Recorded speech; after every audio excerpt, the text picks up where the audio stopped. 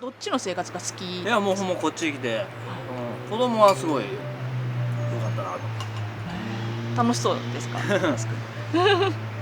神戸ってやっぱ人が保育園でも人が多くて、でこの月に1回ぐらい風邪ひいてて、みんなまだウイルス移し合いするから、でコロナのところやから1回移っちゃうと2週間登園できなくて、なんか俺は全然かかってないけど嫁と子供がほぼ月の半分以上なんか家でいてるような感じで、それちょっとかわいそうだなと思って、でも仕事辞めてこっちに移住しようかな。とりあえず神戸と東吉野どっちがいい？これちっちゃいね。ちっちゃいね。